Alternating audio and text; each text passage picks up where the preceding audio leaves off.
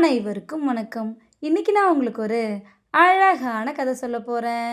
ரொம்ப வருஷத்துக்கு முன்னாடி காட்டுல ஒரு நரிக்கு சரியான வேட்டையாம். சாப்பிடுற அவசரத்துல ஒரு பெரிய எலும்பு அதோட தொண்டையில மாட்டிக்கிச்சாம்.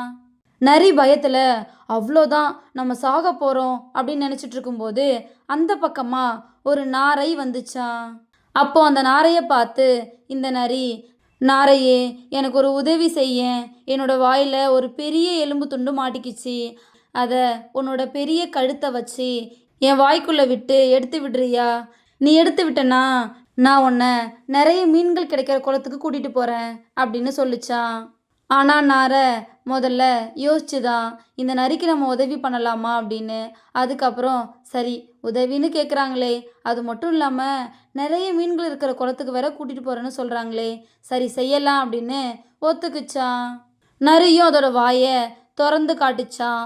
இந்த நாரையும் அதோட கழுத்தை உள்ளே விட்டு மாட்டிட்டு இருந்த எலும்பு துண்டை வெளியே எடுத்து கொடுத்துச்சான். தொண்டை சரியான உடனே நரியும் அப்பாடா சரியாயிடுச்சுன்னு அங்கேருந்து கிளம்பிச்சான்.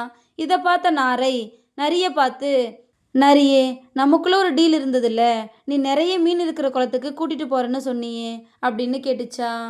அதை கேட்ட அந்த நரி சத்தமாக சிரிச்சுட்டு, உனக்கு கொஞ்சம் கூட நன்றியே இல்லைல்ல, நீ கஷ்டப்பட்டு உன்னுடைய கழுத்தை என்னோட வாய்க்குள்ளே விட்டியே, அப்போ நான் உன்னை கடிக்காமல் விட்டேன்ல, அதை மறந்துட்டியா?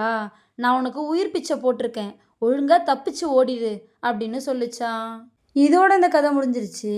நம்ம என்னதான் ஒரு கெட்டவனுக்கு நல்லதே செஞ்சாலும் அந்த நல்லதோட நன்றியை தெரிஞ்சுக்கிறதுக்கான அறிவு சில பேருக்கு இருக்கிறதே இல்லை.